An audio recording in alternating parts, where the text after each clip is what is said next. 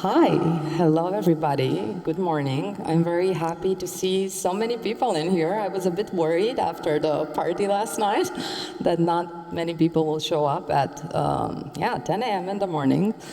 We're very excited to open the conference. We're the first not party thing that's happening, and we're coming in with I would say, very light topic. How do we protect human intent in the age of AI, generative sameness, infinite outputs, and everything that this new technology brings to the table?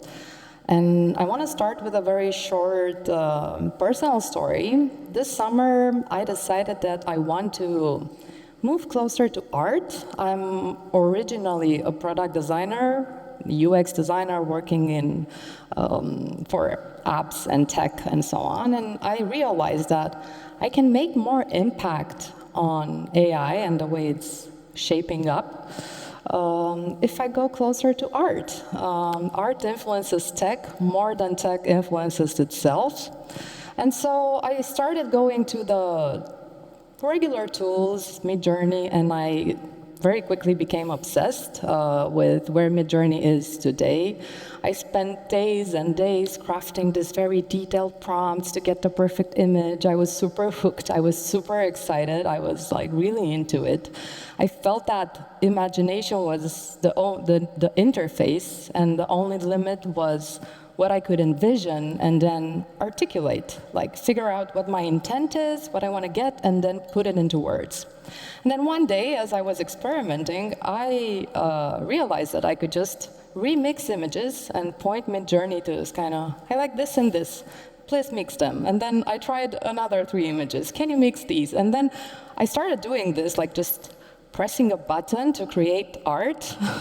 And at some point, I stopped and I was, well, what am I doing here? What is this? Am I creating something? Is this expressing anything? It's just things I like put together. And so I completely gave up my agency, and I didn't articulate anything anymore, and it just becomes a very automatic, and the locus of control was reversed. And so what happens if this will happen at scale? With society, what happens if we aren't used anymore to articulating what we want or even identifying what we want because AI decides for us? This is a topic we will be unpacking today, and it's really interesting because we bring 3 different angles to this conversation.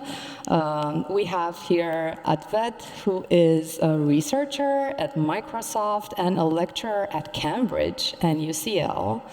And he contributes, his research, his body of work focuses on bringing critical thinking in tech, in the products we use through a group called Tools for Thought within Microsoft.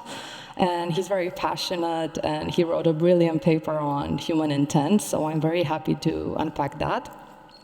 We also have the archetype of the storyteller, an artist, represented by Pau Garcia.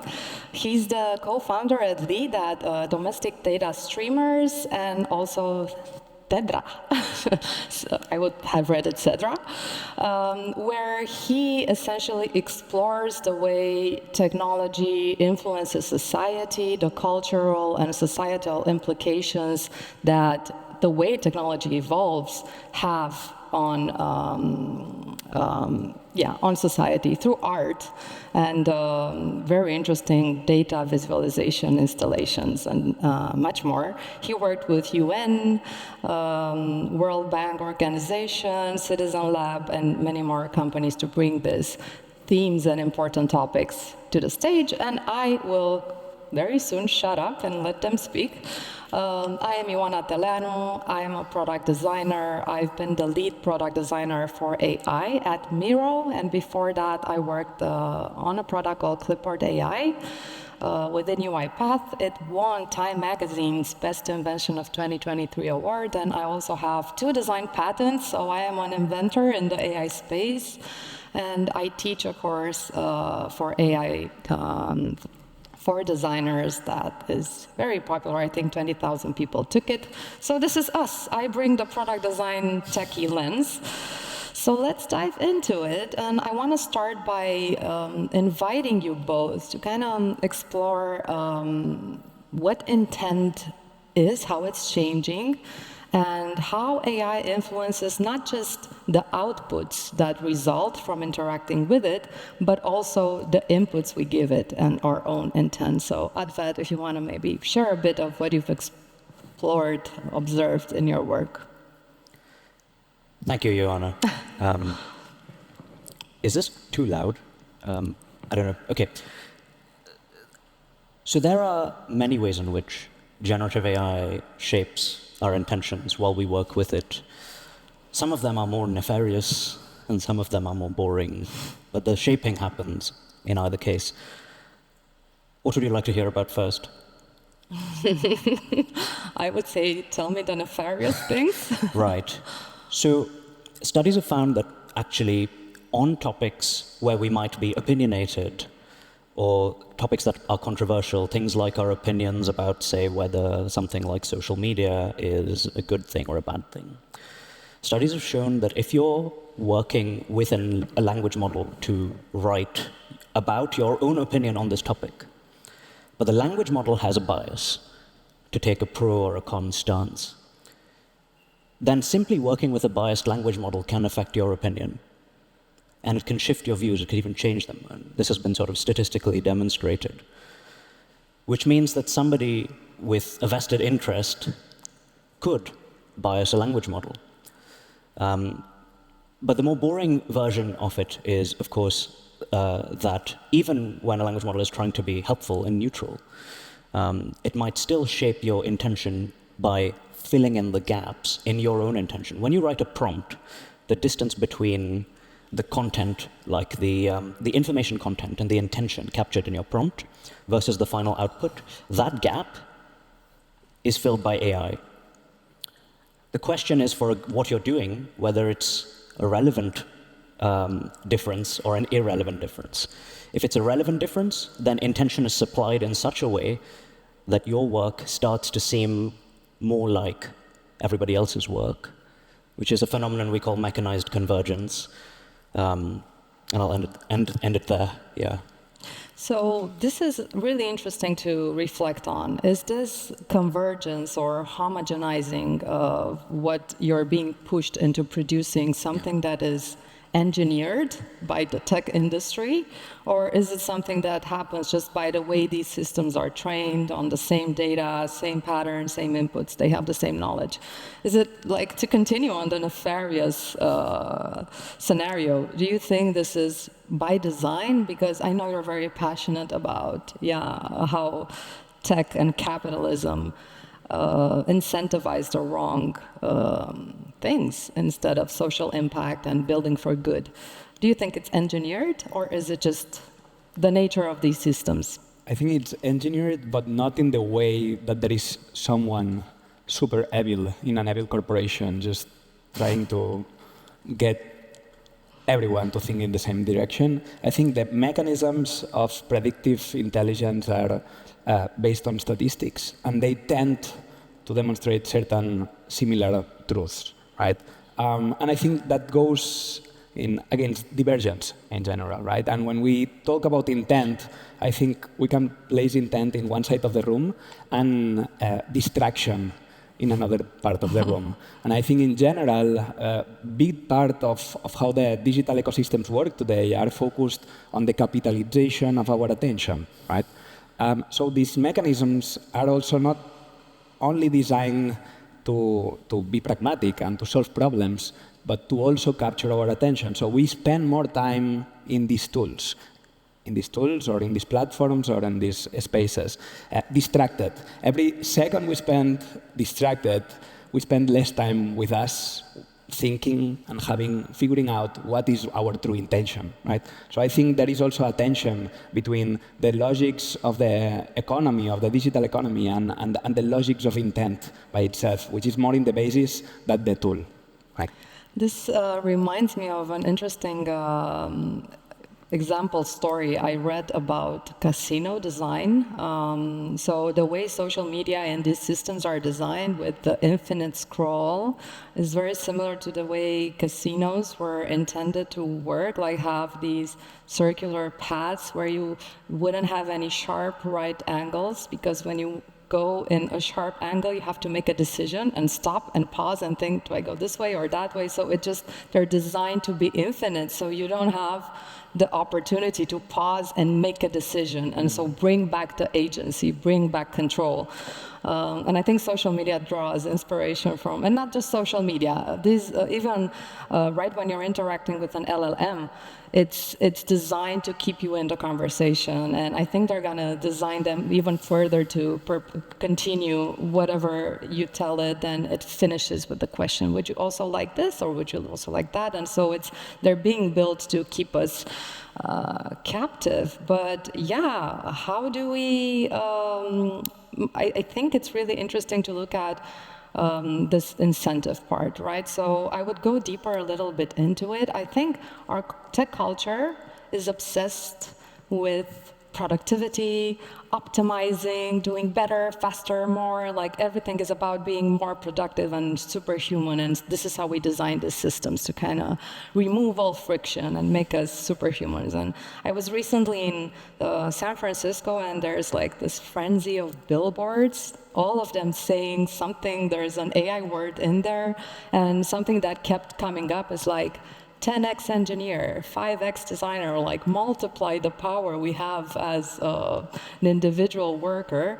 And my question is, if we hyper-optimize, if this is what we're going for, what happens to the values? What happens to slowing down? What happens to us, essentially? And how do we bring back friction into our work? Because friction is the only way in which we keep our cognitive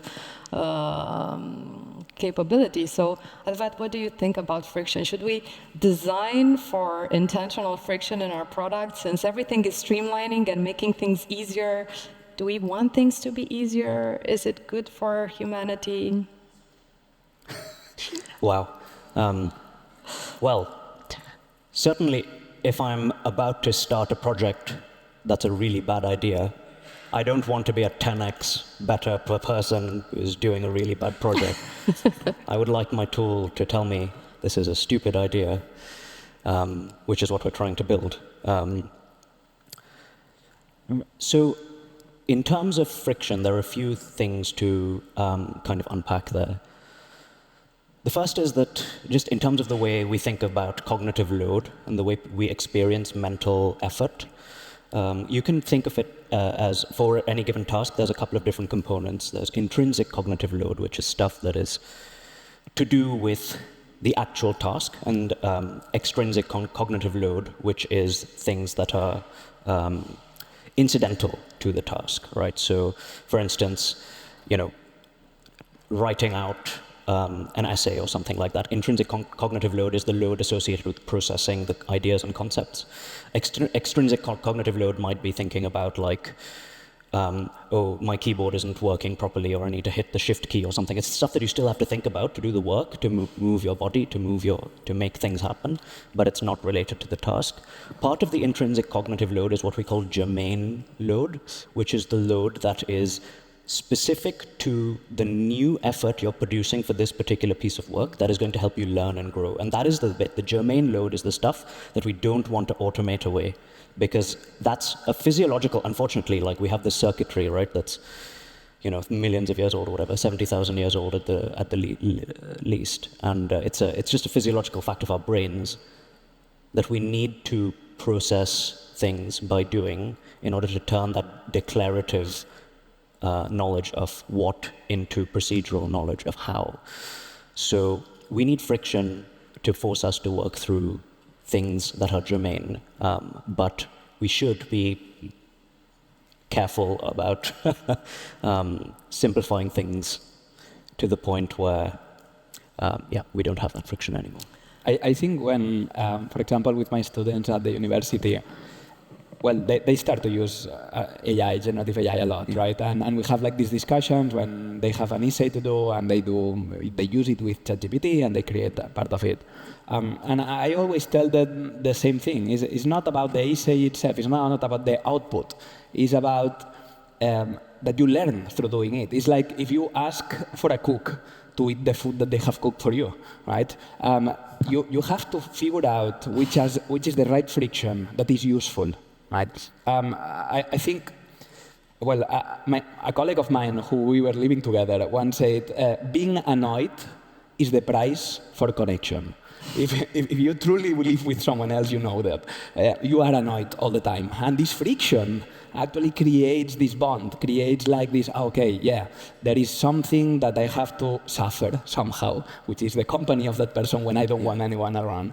But then there are all these good things. With knowledge, I think something very similar happens. We have to experience some kind of pain to really integrate part of the knowledge, to learn things, right? The most difficult things that we have learned sometimes are things that we struggled to learn, that we went through a long journey. And sometimes these tools, I think, can erase this friction within this whole idea of frictionless economics and frictionless design, and eroding our capacity to learn, which I think is like the most, dark side of this whole technology.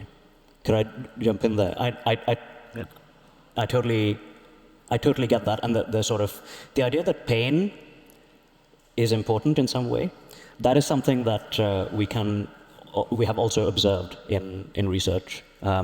So, funnily enough, so if we think about tools like how should a tool insert friction, right? Is it every so often the tool goes like, hey, it looks like you should stop and think a little bit. We have tested that. People hate it. I mean, in our studies, we've found participants liken that sort of intervention to something like a cookie consent banner or a warning. And as designers, there's nothing more disheartening than to be compared to a cookie consent banner. It's sadly one of these things we all live with. So we're thinking about how we introduce what we call productive resistance, and that comes from a theory of mind called material engagement theory, which is when you're working with a specific material, say like clay or like watercolor, you have to consider properties of that material, such as how opaque it is or how much can you push it before it breaks, and that often creates some constraints, right? And the constraints push against your intent in a very gentle way, because you can't do anything, right?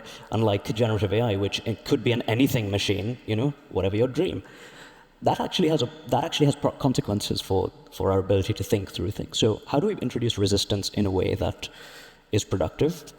And what we find is that there's, like in flow theory, there's a sort of inverted U-shaped curve, which is you give a certain amount of resistance, and the amount of meaning that you experience from doing this work goes up to a point.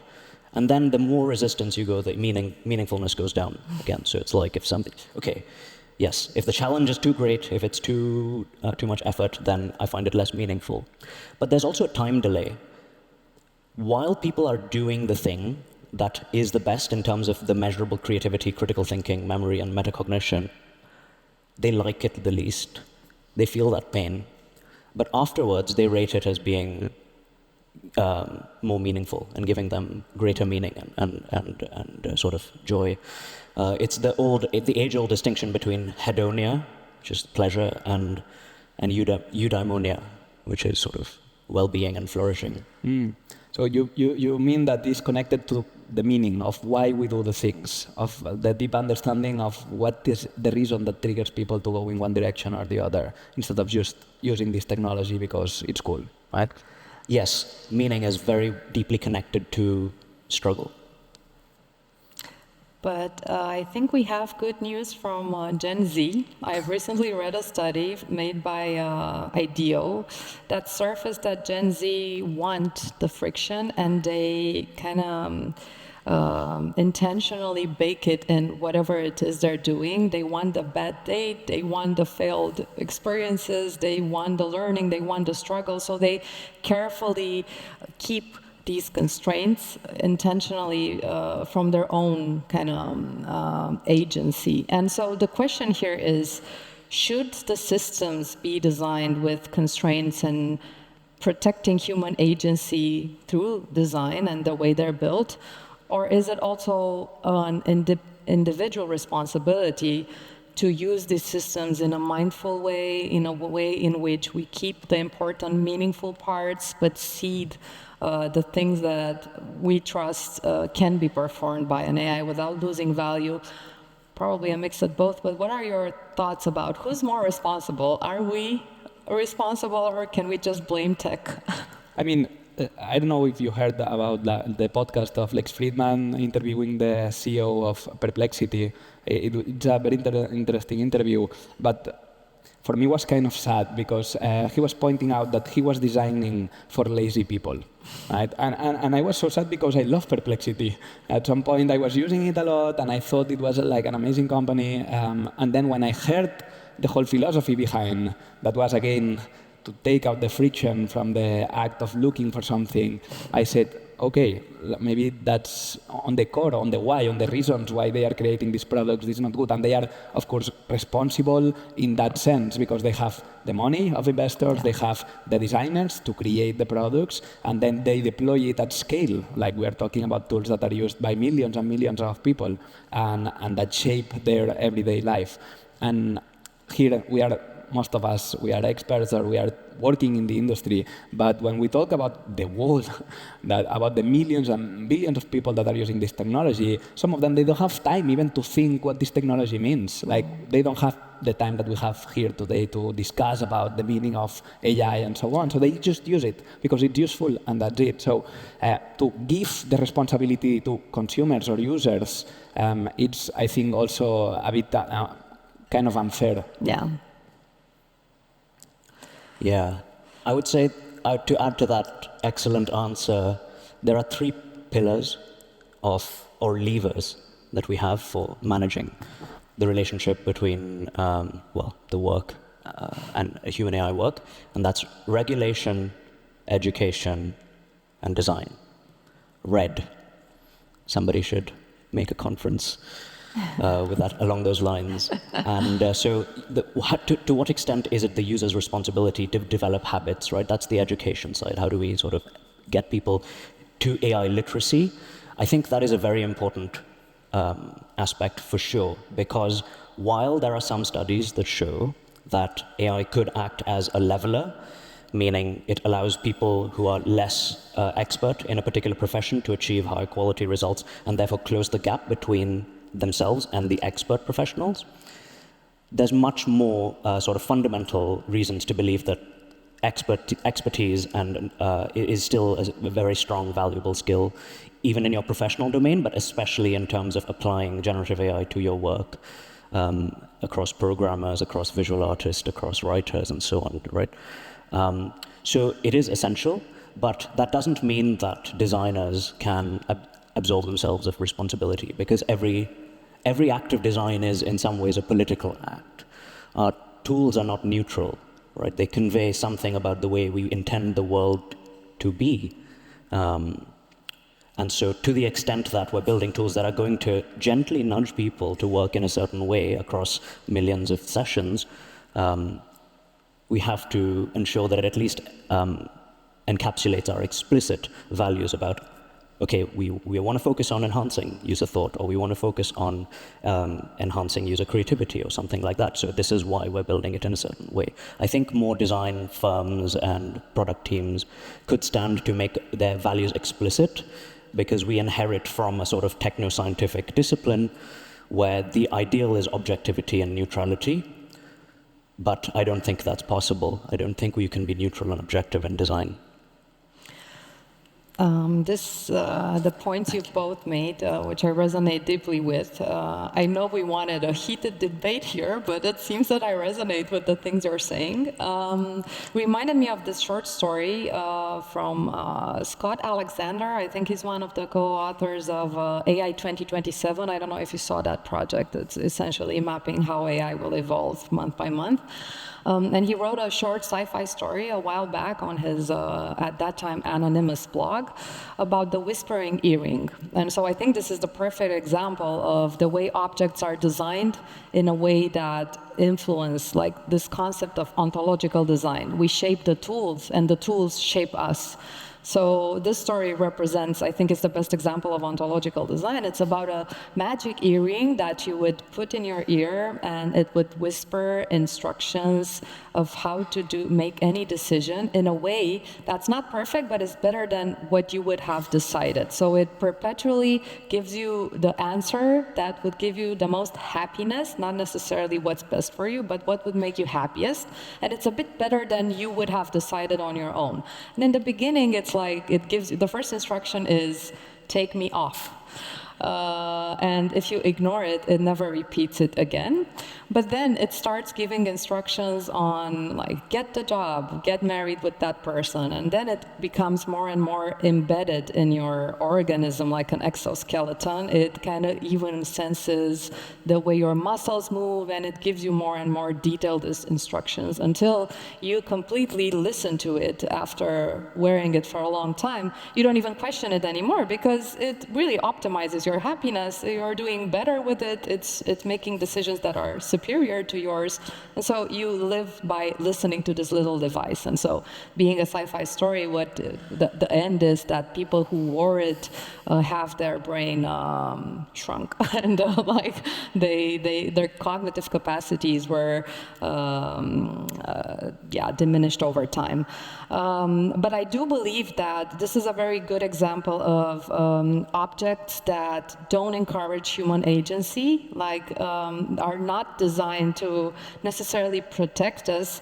And I think the broader question here is, how can human agency and diversity be preserved? Because also AI is pushing us towards this sameness.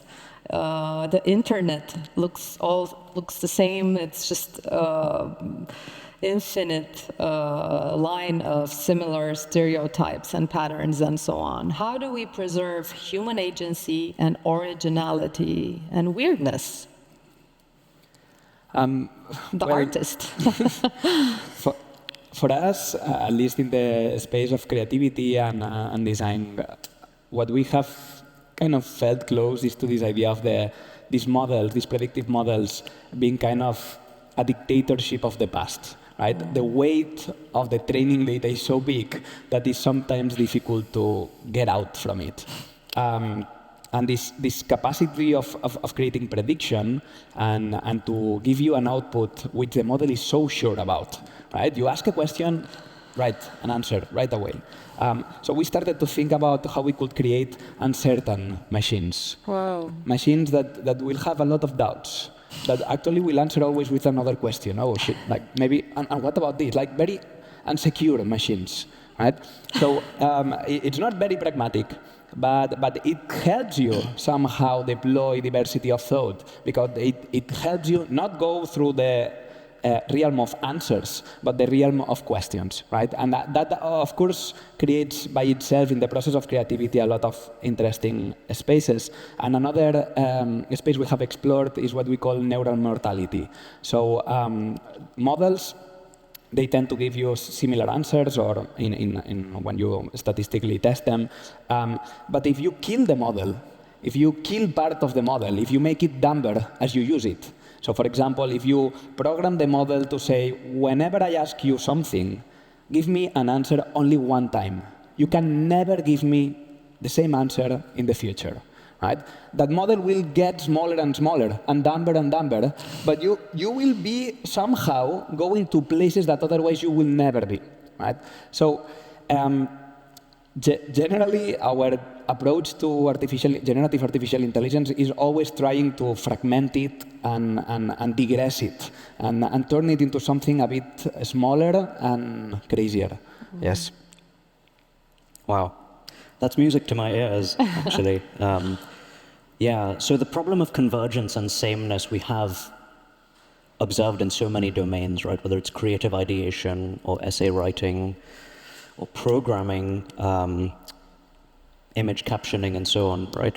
And it's kind of like the statistical patterns that we were saying earlier. The model goes off and looks at all of the meat on the internet and then turns it into a sausage, which is a very delicious sausage, but you can't eat it every day.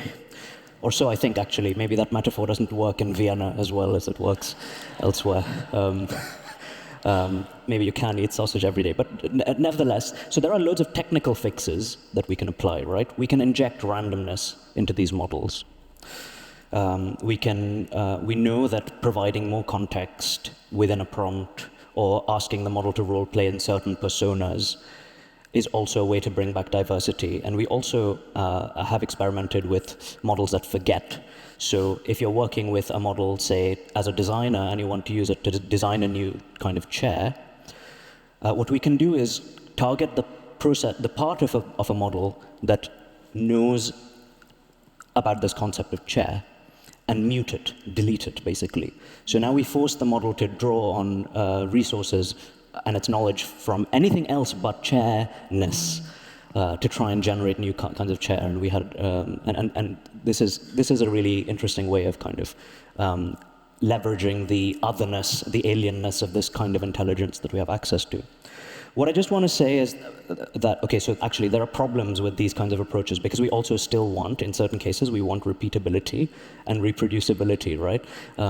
It's bad enough that models can't count the number of R's in strawberry, and then you also then have to contend with the problem that like every time, it gives a different answer and says, I'm being creative here, that's not helpful either. So we want to be able to distinguish between cases where repeatability and predictability are essential and cases where we want creativity and diversity. And for those, the important thing is not to get diversity for diversity's sake. Just by injecting randomness, you get diversity, but that's not necessarily helpful. What we really want is a reflection of the diversity of unique human perspectives. So to me, the key to avoiding the bland sausage kind of output is to design tools that elicit and force the human user to work through more of developing their own unique personal perspective and seeing how that can be combined with the knowledge of the model.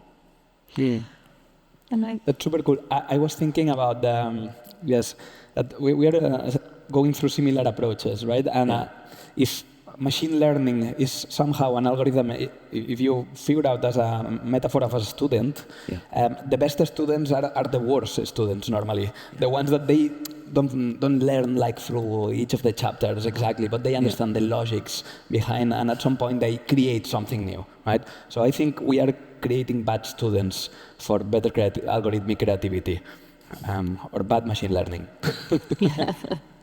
And I think that on an individual level, you can kind of simulate this by asking it specifically to be weird or ask you follow-up questions that are not necessarily connected to your task. Like, I always use it like that, but I've learned it from other designers. When you ask an LLM to give you any sort of answer, instruct it to ask you follow-up questions. Some of the models do that by design, like if you use deep research in ChatGPT, but even if you don't use that particular model, you can tell it, ask me more questions, ask me weird questions, depending on what you're trying to achieve, because this diversity for the sake of diversity makes no sense. That's why intentionality, and being able to articulate in your mind the vision that you want to get to are critical. This is all a conversation that's centered on how we might change over time, how we might evolve, how the world might look like. But have you noticed any changes that are already happening in how people interact with technology? Like, is it true, there was this study that went viral about how our cognitive capacity has already went down because of over-relying on AI. How do people use AI maybe in the workplace? Have you noticed anything in your work at Microsoft, maybe how people use Copilot? Have their behavior or agency changed in any way? What have you noticed? Is it already happening, or is it just, it's going to happen in 20 years, we don't really care now, we're just talking about the distant future, or is it already changing us? It's definitely changing how we work, and it's changing different people in different ways.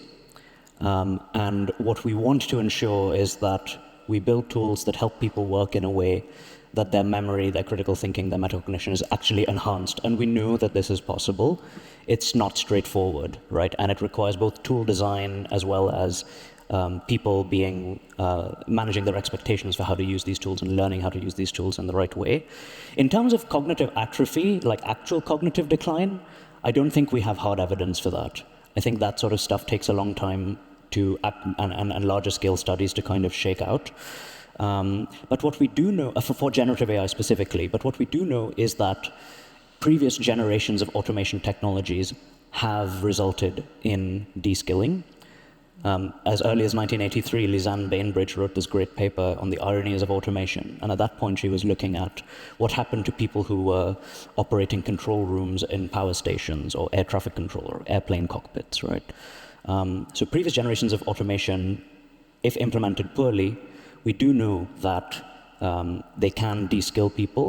And this is a problem because automation that works 99% of the time means that 1% of the time you need a very skilled human operator to be able to respond to that exigency. And we managed to solve those problems by designing aviation autopilots better, by introducing training regimes for pilots and so on. And I think that's for the same reason we need to pay attention to the potential de-skilling of knowledge work, even though we don't have hard evidence that it's happening, and figure out right now how we fix that so we can get ahead of the curve. I think you also pointed in one of our previous conversations to more like subtle behavior changes that AI is surfacing in people, like hiding the fact that they used AI at work, or maybe judging someone else for using AI. There's also that thing on, I think it also changes as a group in a way, the way we the group dynamics as a society. Like there are constantly these kinds of viral trends on LinkedIn, for example, where people are being judged for using M dashes because it's clear that they wrote it with GPT, and that's not fine. And like sometimes we're mean to each other. It changes, like it's this kind of Lord of the Flies jungle of AI changes, subtle changes to our psychology. Pau, when you present art to people, what are you noticing it elicits in them? Are they like still scared? Do they hate it? Are they judgy? Or do they embrace it? Like what's going on in the subtle emotional layer of people when it comes to AI? In our context is very different because it's not like a domestic context. So we work in the street, we work in museums, we work in like very specific environments. I think the judgment comes from the day-to-day life, right? And we've probably all of us have seen someone trying to not say that they have used AI for something with no reason sometimes because it was a good use. But this idea of having to do less effort to do the same work somehow feels like it's something we have to hide. Maybe it comes from like more religious background or like this context that we have some people, but that is something that I think we should avoid, and it will be a process that a big part of the society will go through like these upcoming years. I think though when thinking about the impact in the day-to-day life, it has more to do with, again, how we use it and how we hack it, right? How we find our own way to talk to it. I remember the early days of ChatGPT when I was like teaching that to my parents, and they were being so educated with ChatGPT, like thank you and please, and then at some point they started to develop like even a further relationship, like they were using names and so on, and then I started to get worried. I think that's another kind of the side effects of this whole situation, the personalization, the false idea that there is a real intelligence in the sense that we believe that there is a human intelligence in each of us, right? And I think like that's probably one of the things that is scarier for me, because for us, language has always been a marker of intelligence, right? Dogs don't talk, so we don't believe they are super intelligent. If a dog started to talk, we'll say, shit, like this dog is really intelligent. And so when the machines start to talk to us, we are like, whoa, like this, we can even be friends maybe, right? And we are seeing like this expansion of boyfriends and girlfriends in the AI world, digital boyfriends and girlfriends, which of course it's kind of dark and it have a lot of potential problems in it. And I think like this, having a lot of didactics in this sense on how do we interact with these machines that are sometimes mystified by the press and sometimes are hyper-hyped by the communication of the corporations on the potential that they have, on the intelligence that they have, it's a big thing. I read like this beautiful article talking about how you have to swear to Google now when you ask questions, because otherwise, if you don't swear to Google, it will give you an AI answer. But if you swear, it kills the AI function, so you will get the normal answers, right? So there are all these different ways that we will start to interact with like these digital platforms that are like more human, I guess. It's interesting that you made me think about how we need to anthropomorphize the systems we interact with. And while you were talking about how language is distinctly human, I was thinking about how my 5-year-old daughter sometimes plays with ChatGPT under my supervision, and she asks for, tell me a story about a dog and a bear that were friends, and then GPT produces stories. And I realized that when she asks me, her basic understanding, her internal model of the world tells her that there's a person there. And so this is what our most basic instinct tells us, like this must be human in some capacity. Of course, it was trained on human knowledge and traits and art and so on, but still, and for me, it's very hard to explain her. It's not actually a person. It has a human voice, but how does it have a human voice? Like it was trained on a human voice, but it's not really. It's really like this. I think we're still far from the proper explainable AI. So the demonstrated thinking, the black box opening, where we really don't assimilate, don't add the emotional, instinctive perception that this is something that's like me. Yeah. Which I think triggers something that is, and then we can be a bit more optimistic, but I think before we were talking about how this whole like digital economy is focused on the attention, I think it's switching through like these AI models to a fight for intimacy. And I think language unlocks our potential to get really intimate and to create relationships with this technology that before were only created with other human beings, right? So I think that there is like this kind of switch from the whole, digital corporate interest towards intimacy, which is much more powerful for humans, of course. And it have the power also to change our behavior in a deeper way than just like distracting us, right? Have you noticed, there was a recent study, I think, that showed that we are already modifying the way we speak because we talk so much and like GPT and other LLMs expose us to a certain way of phrasing that we're starting to internalize, and to the point of ontological design that the tools start to shape us. We're modifying the way we speak, or we're starting to use certain words. And that was also like, if you used, do you remember what the words that, dwelve, I think, was one of the words that gave away that you wrote it with GPT. Have you noticed any changes on how we express ourselves, how we communicate, language? Like, is it already noticeable in your research that people tend to talk differently? Yeah, so I don't think there's any, to my knowledge, studies of how this is impacting informal sort of speech discourse.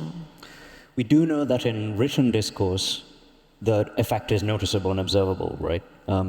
Even quite early on, there was studies that showed that as many as 20 to 30% of scientific paper abstracts had evidence of being written with ChatGPT. So certainly in our written discourse, this is now ubiquitous. The question of how it affects the way we speak is an open one.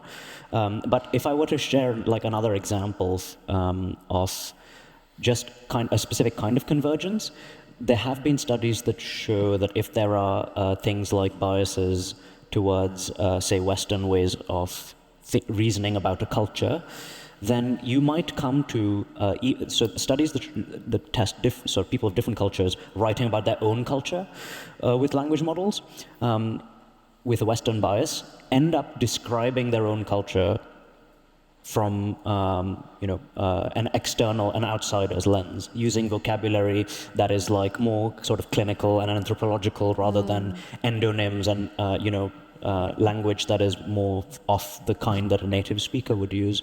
Again, without necessarily realizing it.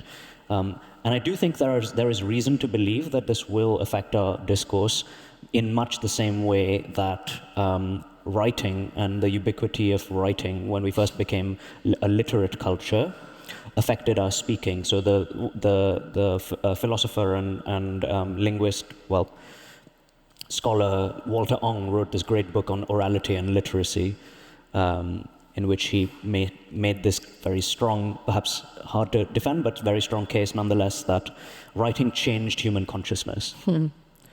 But one of his ideas was this idea of secondary orality, which is the kind of orality of speaking of non-literate cultures is very different from the way in which literate cultures speak, because they've been conditioned by literacy and then initially, and then even more by print.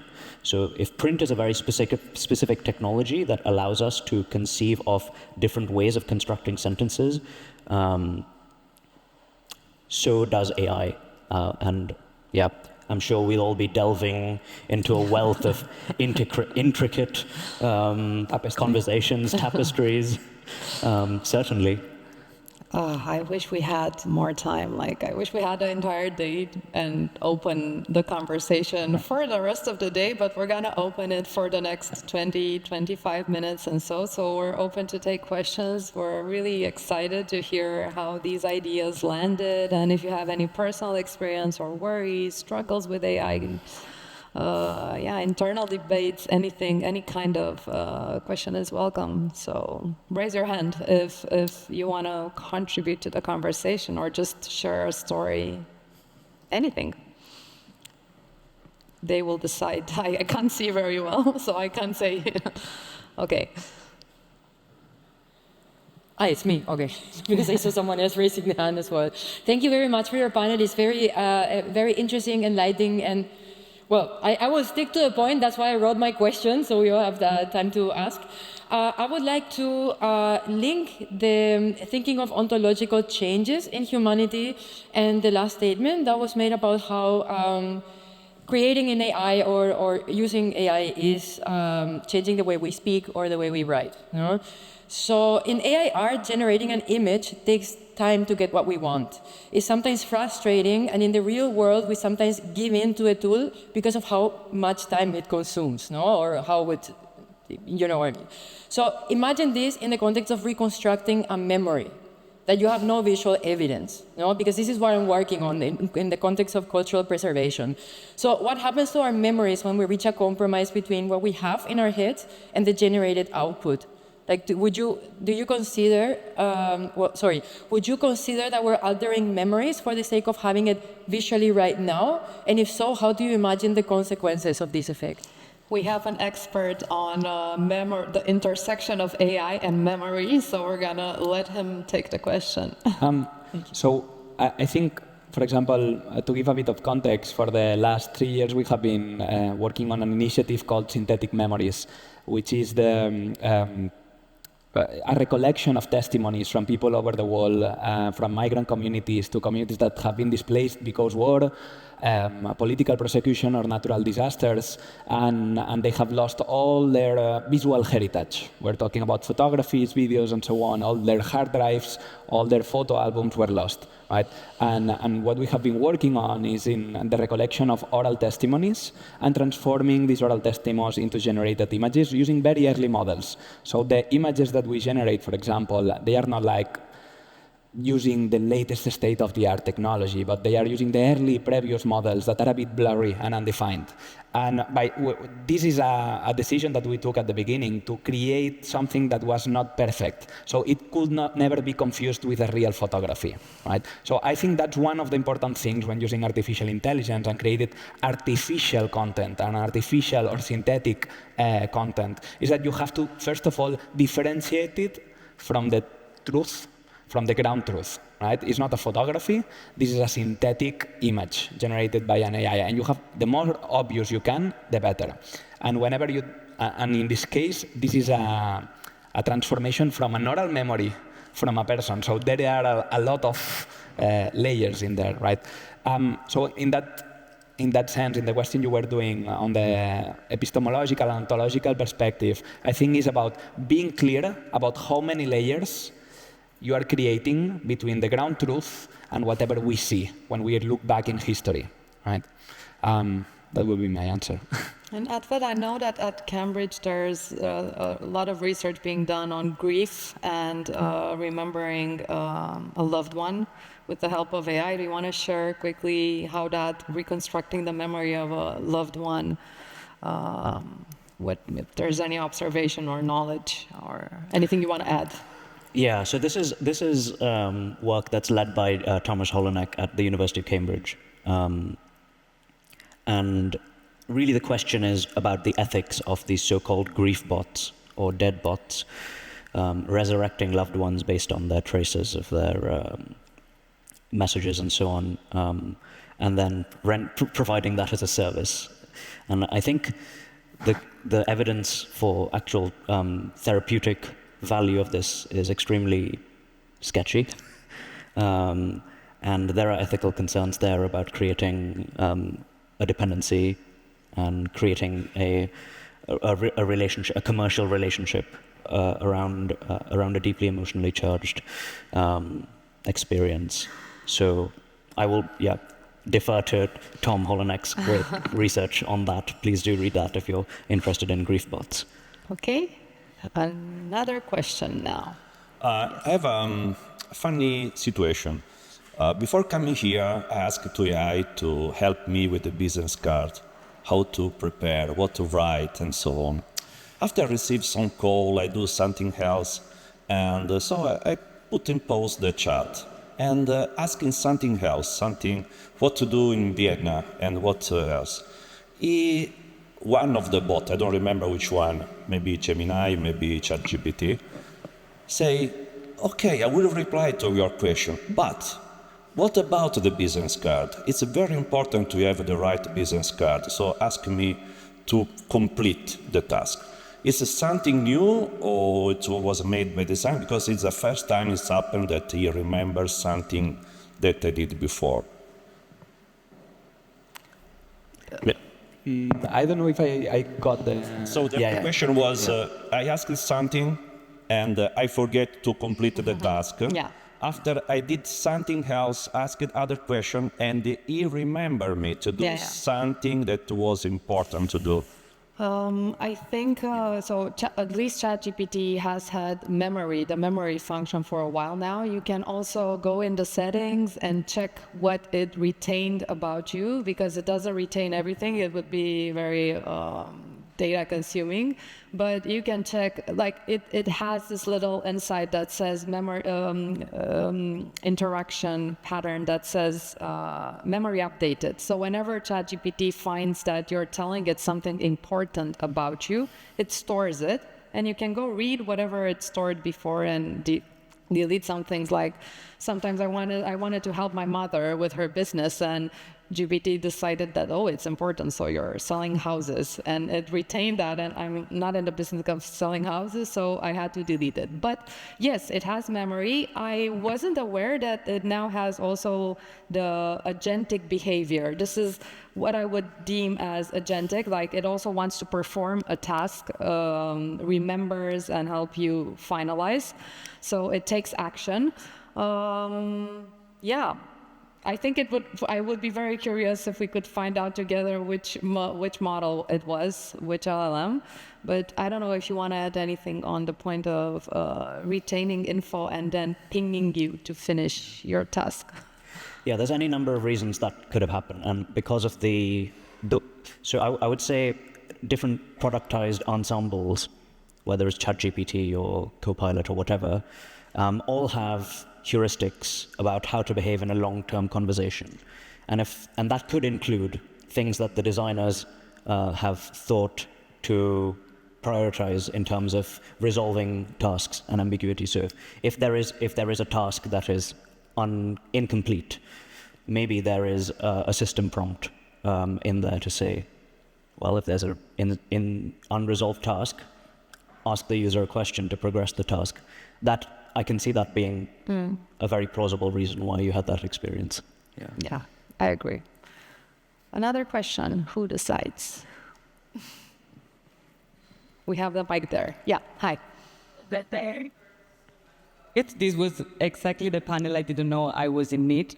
And there were so many things that you discussed today that resonated with me, like this need of following this pattern of read to educate and go for regulation and design the interaction model that we want towards AI. And also the need of explainable AI to calibrate the trust towards those systems that can empower us, but can also make us so much more dumb and out of our decision-making power. And I was thinking about it so much recently, about the fact that maybe we put too much humanity inside of those machines, and I think this was something that was already mentioned before. So I was trying to ask myself, what if we didn't build this as much human-like as it is today? And I would really appreciate your point of view on how we should think the next generation of AI solutions that are less human-like.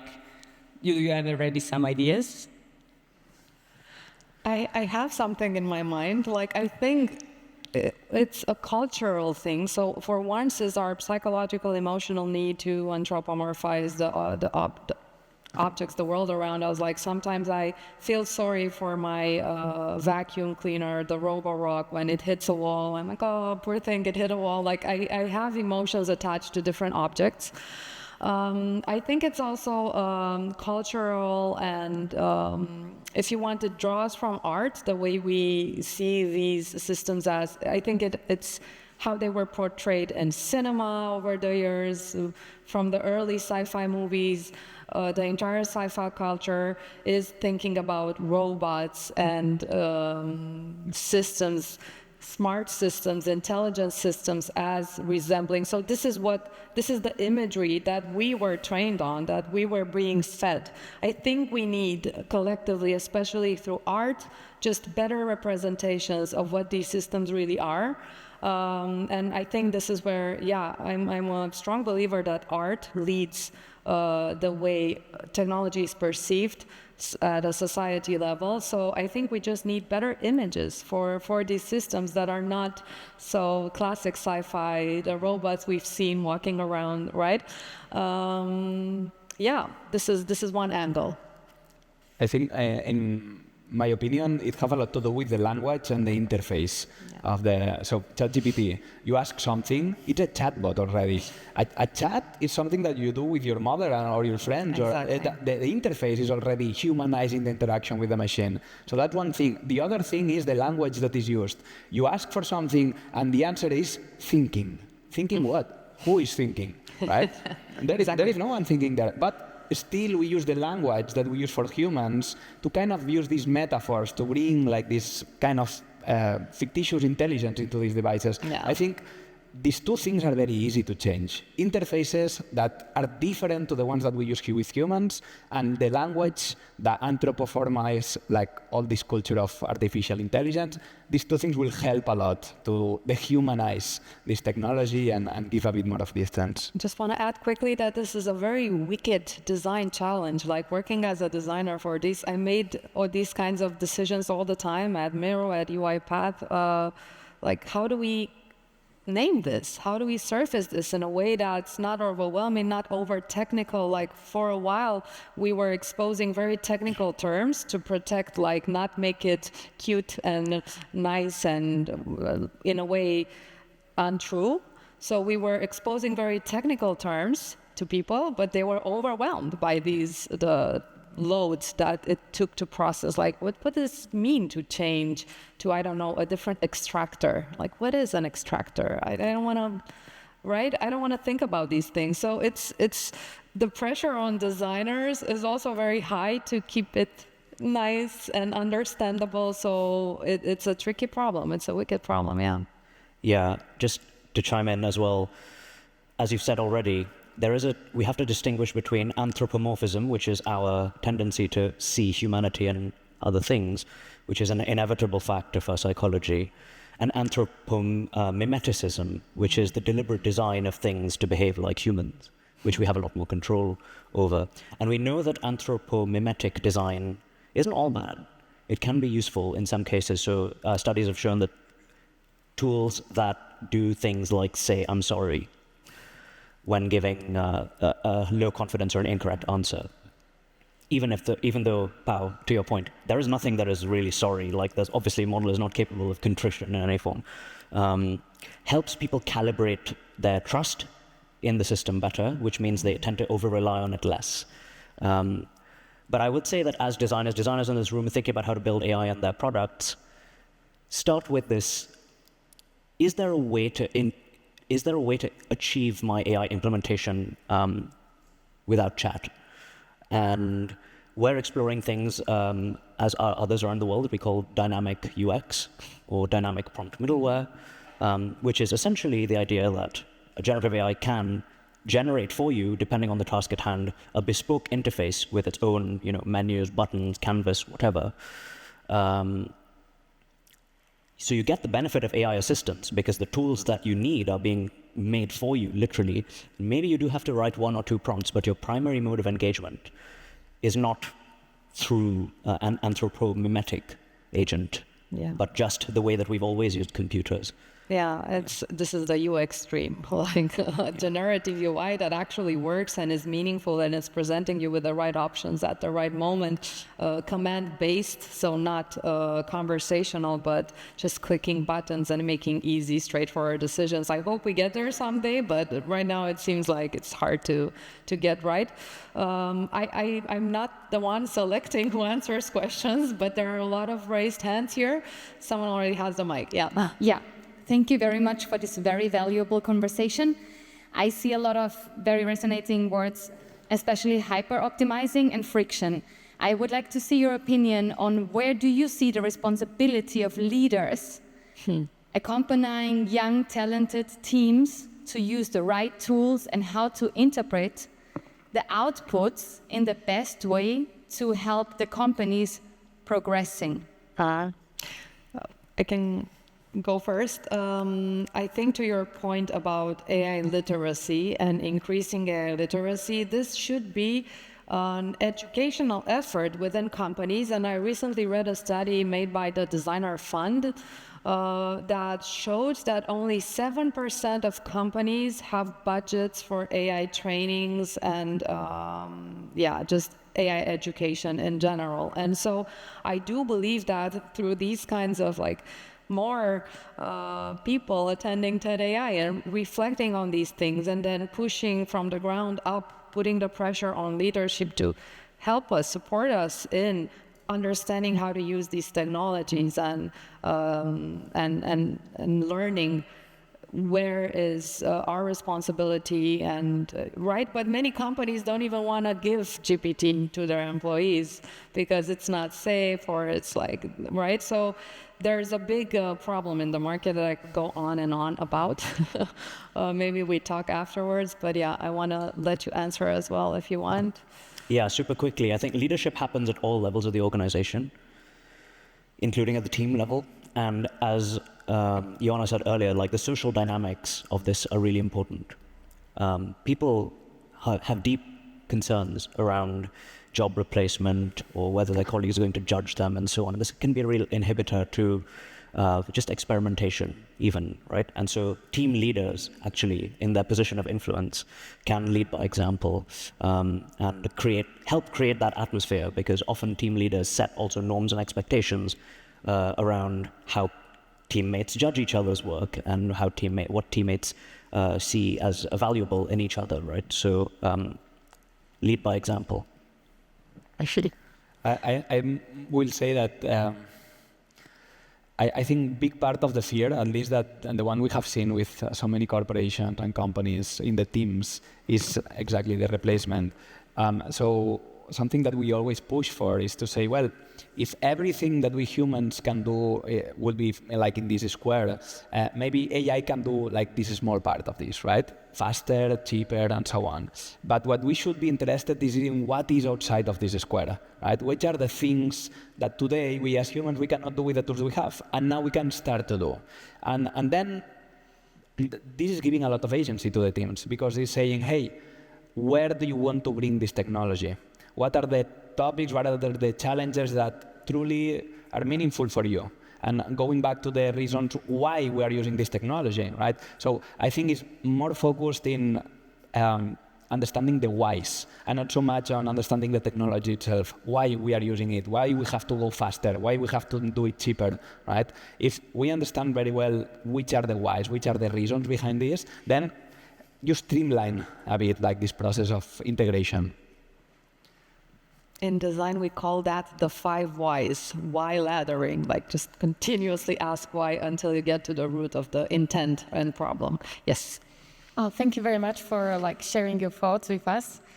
I follow AI in education, and I would like to know your view, because at this moment, I was just recently looking at the number in the Czech Republic and Slovakia, where I'm from, and 80% of kids is using AI regularly, even for school and in their free time. So regardless of GDPR or AI Act, which they're just basically using it. So what do you think? Because they are not definitely using study mode, they are just basically going straight to the answers. So what do you think about it, and what could be done?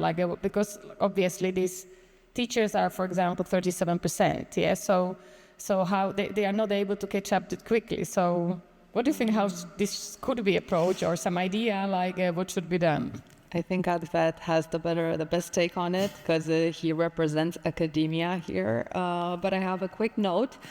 At some point when ChatGPT exploded, there was a study, I don't know how grounded it was or trustworthy, but it showed that kids that started using ChatGPT for homework ended up understanding the topic better, because they were stressed out that it would be obvious that they use GPT. So they were using critical thinking to kind of make sure that this is accurate, this is not a hallucination. And they could ask follow-up questions and learn more about the topic. So if you think about that angle, that you can ask for the gaps in your knowledge, always accessible. I understand all these parts, I don't understand this part, can you explain that to me? That's, in a way, it could facilitate better learning, but I don't know if the systems are necessarily designed to optimize for that, and not just efficiency. And yeah, so I will let academia share the take. Yes, I will caveat this by saying we study primarily professional knowledge workers, who have completely different needs and constraints and motivations than learners in an educational setting, particularly in K-12. In higher education, so I would say what generative AI is doing is kind of basically forcing us to ask the question, what is it that we want to prepare young people for? And how do we do that specifically, right? That is really the important question here. We're only beginning to develop some of these answers. So for instance, my colleagues at UCL and I proposed at the higher ed level that we start examining students orally by oral disputation again, so what we call sampled vivas. This actually used to be how examinations were conducted right up until the 19th century, and then we moved to writing because it was difficult to scale, but we lost something in the process, right? So exams used to be by oral disputation, and I think things like that can help us get work back into a culture of academia where we're focusing on the right things and we're evaluating them in the right way, and people have the right incentives for being in academia as well. I think we have time for one more question, and then... I have one. Yes, microphone works. So Yes. I'll try to phrase this as a question. But something you said in the beginning about this feeling you have some intent, and then you make generative AI fill out like the rest of what you wanted to do, and it might be approximating this sameness thing. There's an issue where there was a radio program in Denmark where people have issues and they send them in. And one of those issues were this guy who had sent like the most lovely 10-year anniversary letter to his wife, and she loved it so much until one day when she tried to use his computer and went to ChatGPT, and she saw that, oh, he made the whole letter with ChatGPT. So I think there's an interesting question of why is it that we find it problematic that we use these tools, and I have an idea is that there's something about the love letter in this case is a kind of a proxy for something more important, which is what this person actually feels. So if we use this idea of the output we have, it's not just about the output, it's actually a proxy for knowing what this person's intentions are. And so if you can't know that anymore, it becomes harder to figure out if the person you are interacting with actually knows what they're saying, or if it's maybe, yeah. So just as a prompt for you, maybe the last one, I don't know if you have any thoughts on that.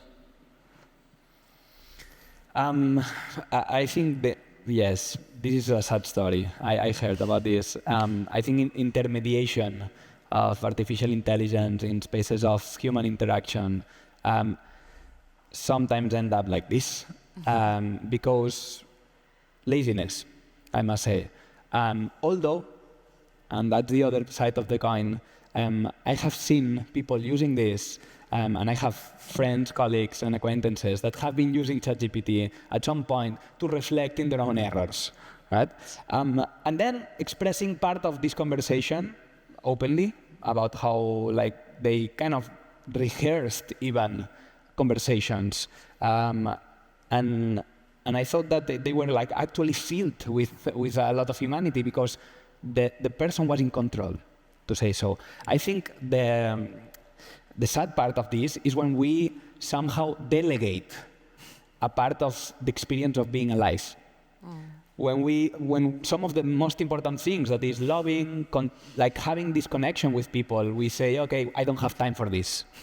I have too much work. I have to think about other things. And we delegate that to ChatGPT. I think that's the saddest part of all, right? And I think this has more to be with moral ambition of each of us and how we want to live our lives, right? But yeah, now there is the possibility to delegate that. I think I couldn't have asked for a better ending to this conversation. It was very poetic and inspirational, and exactly what my key takeaway would have been anyway, that if we stay more mindful and we protect the human experience and we do the human things, then we're gonna be okay.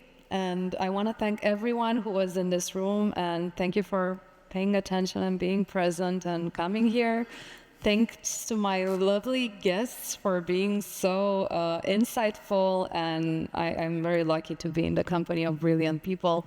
Thanks everyone, and let's meet around and chat after this panel. Thank you.